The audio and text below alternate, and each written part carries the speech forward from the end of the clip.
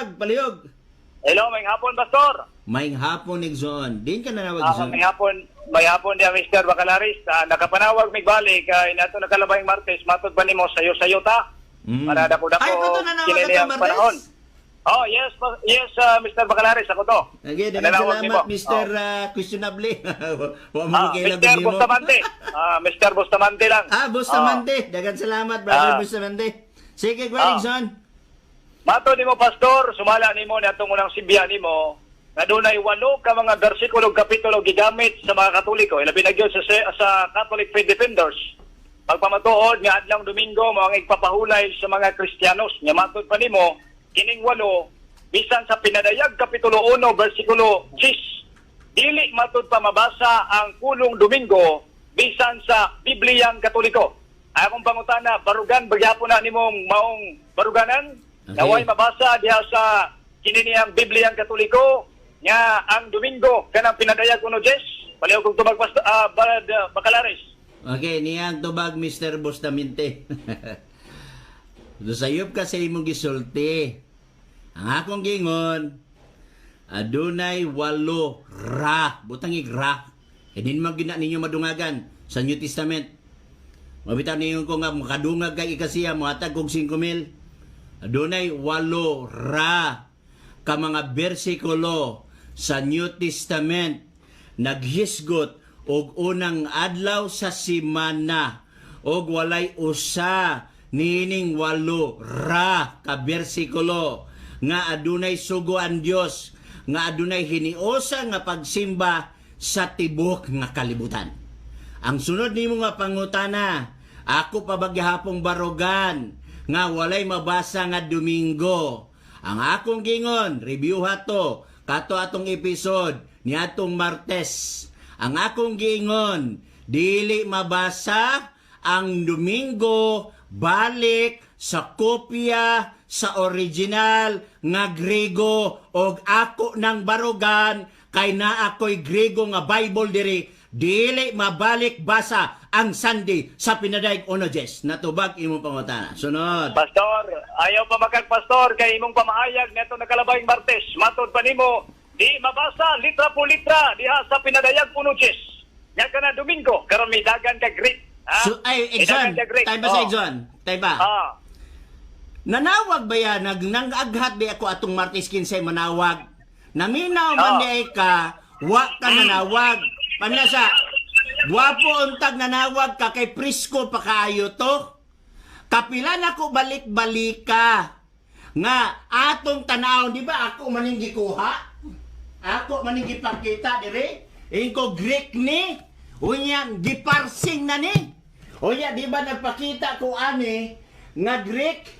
Unya, nag-ingon gani ko, bisag asa nga Greek nga manuscript, pwede kang Nisli Alan, kung nakaila ka Nisli Alan, pwede usab sa Textus Receptus, pwede usab sa minority text, di ba nagana ko? Ayaw lang putla. Kay nga ni Manggod, nakabalo na ko sa inyong teknik. Namina mo de ka ato niya taas kay kung panahuwag ka nanawag, ayan na ka nanawag, nga diin human na to. Okay? Okay, unsa may atong gikahadlukan kung mabasa na sa Grigo? Sa ato pa, ang inyong doktrina, dili mabasa sa kopyas Grigo? Okay, ipahayag ang Grigo, unsa may atong gikahadlukan? Balik ka ni Megson. Mr. Bacalaris, Mr. Bustamante. Sige. Sa Pinadayag 1:10, nasayod ka ba ka ng himira o sa ka-equivocal term sa Grigo, tubag? Ang tubag, ang word nga himira, matog sa mga lexical nga nako diri, okay? Ang buot pasabot anang himira, day, adlaw. Sunod pangutana. Nasayod ka ba nga kanang equivocal term nang naa sa Grigo ng hinira, tubag? Nasayod ka wa? Asa man nababasa ang word nga equivocal term? Dili sa mga Greek interlinear. Be, tagay ko. Basahi ko sa word nga ang himira equivocal term. Asa mabasa? Mr. Bacalaris, ang imong programa, pangutana, Pastor. Mahamon na klarifikatory lang. Ay, hindi pangutana. Kahit kami may pangutana. Okay. Ang akong pangutana, kay Teka, kaman masayo ng equivocal term. Mutubag sa ko. Ang akong pangutana, dili ang pag-ipit nimo. Ang akong pangutana is to clarify. Kay sometimes, magbuot-buot mo og definition, Unya, di na lugar ko pwede mo clarify anong definition. Kay klarong istorya, wa kay mabasa. Nga diin, equivocal term ang himera. Asa mabasa? Mr. Bacalares, nasayod ka ba unsa ng equivocal term sa gitawag na to grammar? Tubag. Nakabalo ko, pero di na mabasa Okay. sa interlinear. So nasayod ka nga equivocal term ng kininiyang Grigo nga himera. Okay, ang equivocal term, why mabasa diya? Nga equivocal term, Saturday, unya, Sunday, why Okay. mabasa diya? Kung mabasa nako diri sa Biblia nga Protestante o Biblia nga Katoliko, nga giingon nga kanang pinadayag uno Domingo, ang Protestante nga Biblia o Biblia nga Katoliko, pangutana, uyunan ba nimo ni dili? Mutubag na ko. Dili na ko Tubag. yunan, kay daan na ko nagpasabot, atong Martes, nga naay mga bugos nga translation, o kanang bugos nga translation, dili mabalik, basa sa kopya sa original. Bisag asa, mismo nislialan, mismo gitawag textos receptos, di mabasa, mga bugos ka na nga term. Next, nga pangutana. Bacalares, kinsa man nga Bible scholar ang gaingon, nga kanang pinadayag uno dili na Domingo. Kinsa Ay. nga Bible scholar o ikaw ra? Tubag. Dili gid ako. Kaya ni, wala sa ako ang burden of proof nasa inyo ha. Pero naatay masaligan diri, walay sandi diri. Gitawag ni kang William D. Mounsey, interlinear for the rest of us.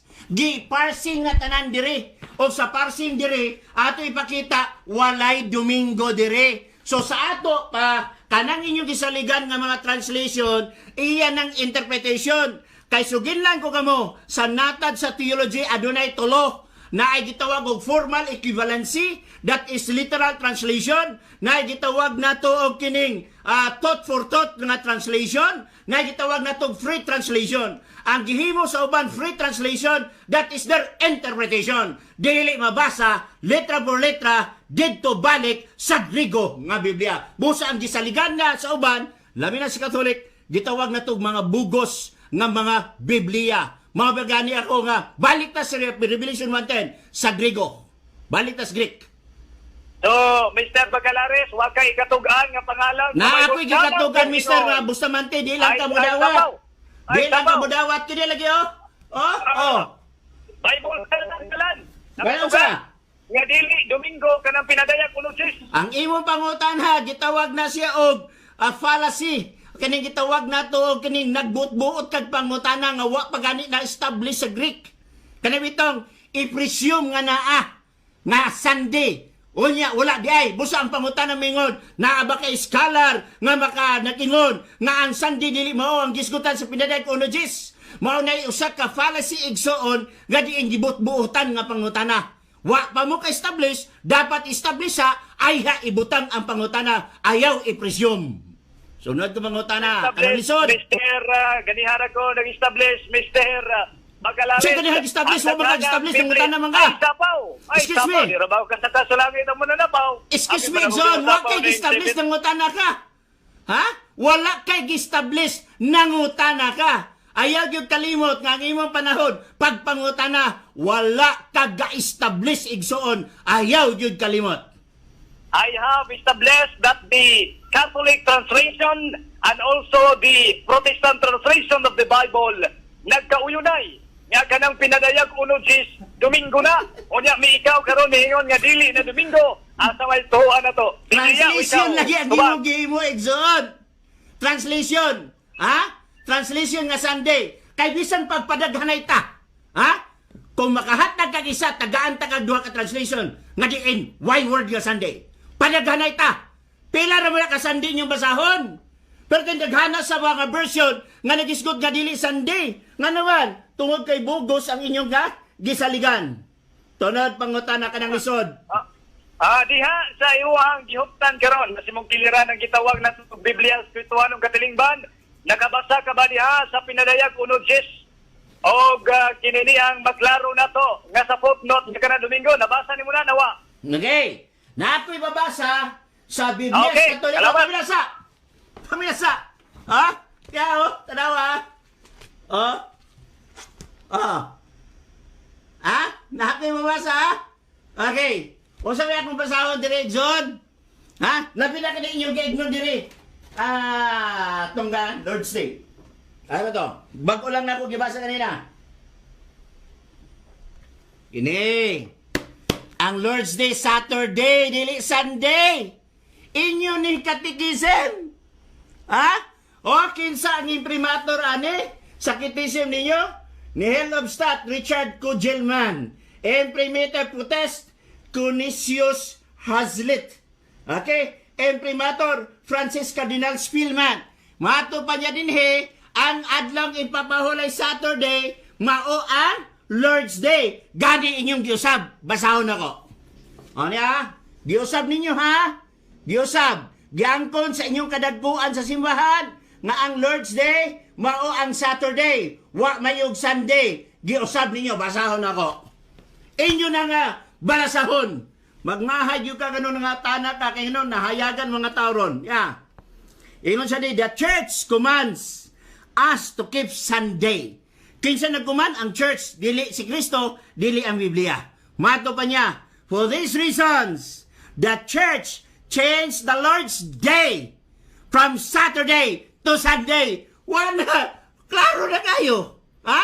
Di usab sa Santa Iglesia Katolika, ang Lord's Day na Saturday ngadto sa Sunday. Wala na. O, sunod, di mo pangutana. Mr. Bacalares, so ako nangutanag si Sisi. Ay. Ang akong Ay, Mr. Bustamante, wag ko imong naging si Gilrad. Sisi. Dili ni si Sisi. Ang si Sisi niya na yung so, no? Ha? Uy, murag nalibog na galing ka. Murag ko na lang tingali mahibaluan ni Karon. Niyara ang si Sisi. Okay? Dili si Sisi akong gibasa, murag nawala naman ka sa katarungan. Oh, dili ni si Sisi o nawala ka. Niundang ka. Ngano imo magiputol? Dapat man imo magiputol. Oh, niundang na siya. Mao na akong gingon sa inyo mga pinangga. Nay mga tanan mo cross examine, dili makagwanta, muundang na lang. Ngano niundang makawaunda ka niundang? Ngano, habdusan ka aning inyong mga libro? Ha? Mao bitang akong gignon nga gusto ko makatabang sa Roman Catholic Church. Kay Roman Catholic Church naghibalo sa ilang pagtulunan nga ilang giusab.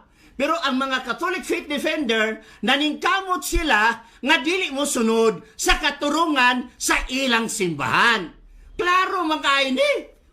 Osmon ko sa pagbasa. Mao man ni siya For these reasons, the church changed the Lord's Day from Saturday to Sunday.